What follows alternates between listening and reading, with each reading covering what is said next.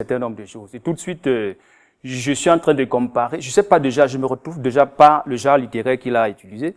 Il parle d'un récit, c'est vrai. Mais là-dedans, je me rends compte que c'est un roman ou alors les deux à la fois. Parce que si c'est un récit, ça devait être un compte rendu. C'est que est le compte rendu. Vous savez, le compte rendu, c'est qu'on relate fidèlement. Oui. Si c'est le rapport, on peut être maître du jeu, choisir ce qu'on reporte et puis et abandonner le reste.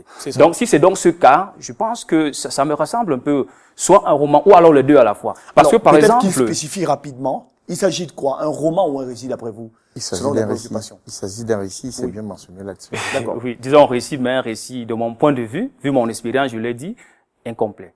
Parce que quand on arrive par exemple à Tamaracet, il va à Alger. Oui. Il ne vous dit pas qu'en route, on traverse par exemple Insala, on traverse soit par Adrar ou Béchar ou par Gardaya. On ne dit pas, je sais pas s'il a voyagé par avion, parce que je sais pas, il n'a rien dit.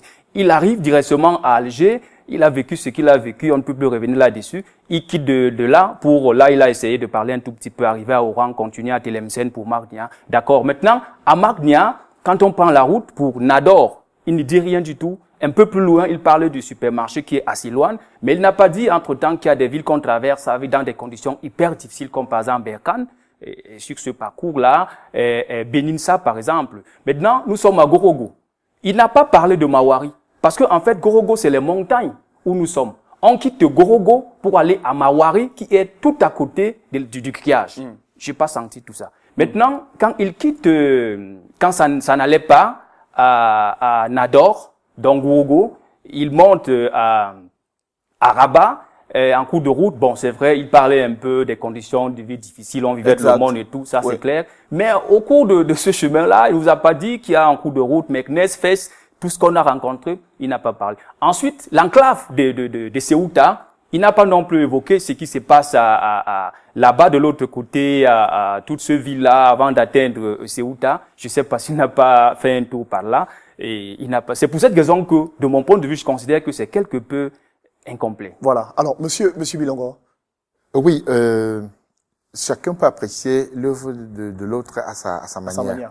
Mais je fais un effort d'être honnête dans mon écriture. C'est pas de la fiction, c'est la réalité.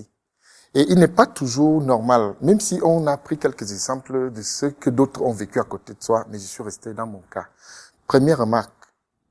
Première réponse que je vais vous donner par rapport au nom que vous ne trouvez pas. J'ai pas voulu que cet ouvrage soit un itinéraire offert à tout jeune clandestin qui peut prendre la route. En le lisant, il retrouve l'itinéraire. C'est ça. J'ai préféré créer d'autres noms ou parler de la ville qui suivait. Oui.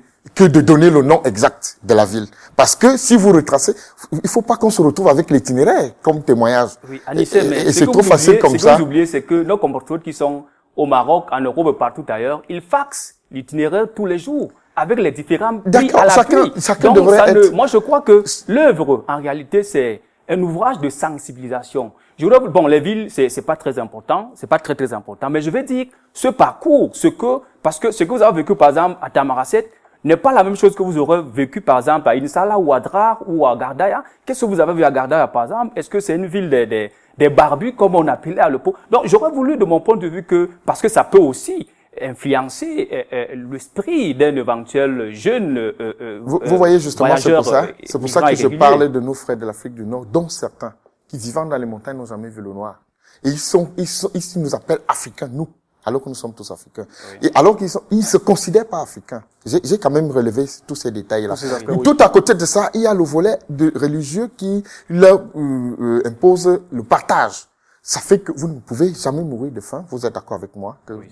Il a toujours un bout de pain à vous offrir. Ils ont toujours un vieux habit à vous donner pour que vous ne mourrez pas de froid. Donc ces personnes sont généreuses. Voilà, ils sont généreuses.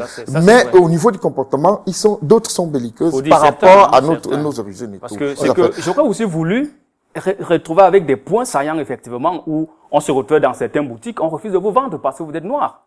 Justement, vous avez. C'est des points très essentiels. Et puis surtout, à la poubelle, c'est que vous avez, c'est vrai, c'est le supermarché on appelait à l'époque. Vous n'avez pas dit que à côté de la poubelle où on séjournait, c'était dans une case d'un cimetière abandonné. C'est là-dedans qu'on dormait. C'est des points essentiels qu'il fallait relever. C'est touchant.